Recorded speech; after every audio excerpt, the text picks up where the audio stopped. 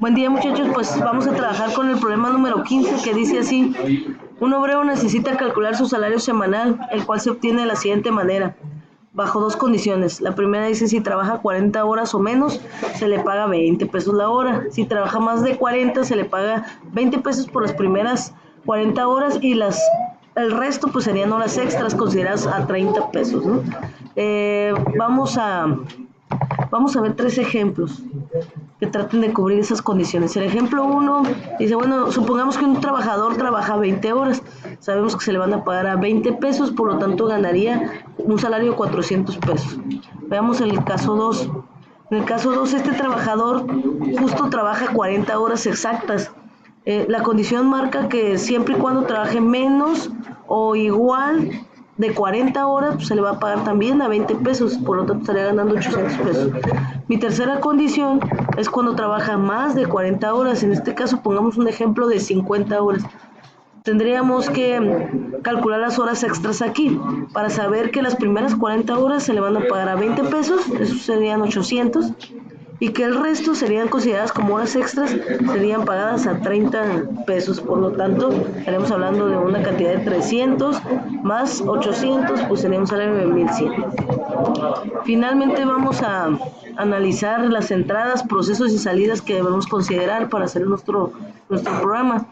En cuanto a la entrada de datos, pues tenemos horas, o si ustedes quieren cambiar la variable, pueden hacer, ¿no?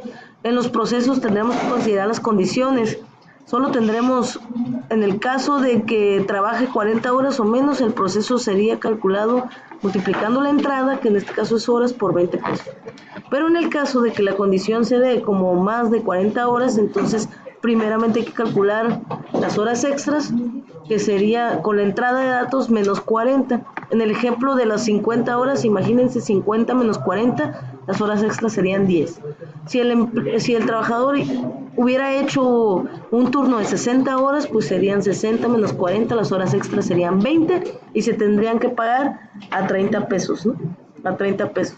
Más las 40 de ley que se pagan normales serían 20 pesos, ¿no? Entonces, en mi salida, en cualquiera de las dos situaciones sería salario, variable salario, variable salario. Entonces vamos a programarlo. Vamos a usar nuestro programa de PCI.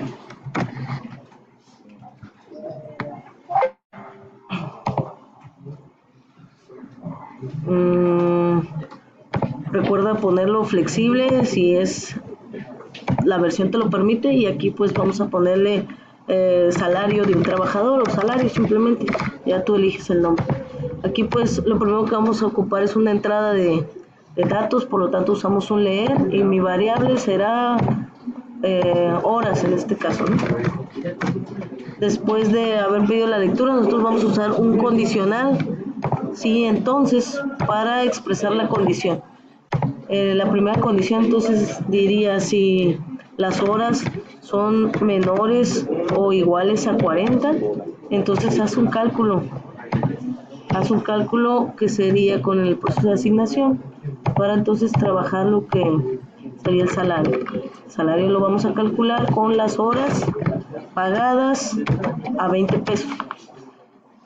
No es necesario volver a plantear una condición que diga si horas es mayor a 40, porque estaría de más, ¿no? Que nada más, si es menor o igual a 40, haz esto. Si no, pues obviamente hacemos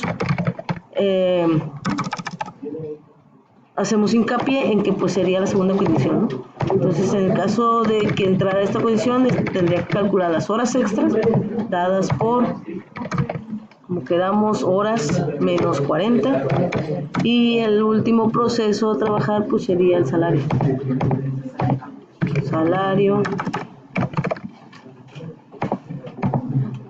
Las 40 por 20, porque de ley serían 40, y ahora sí las horas extras, que así no sabríamos cuántas serían, por 30 pesos.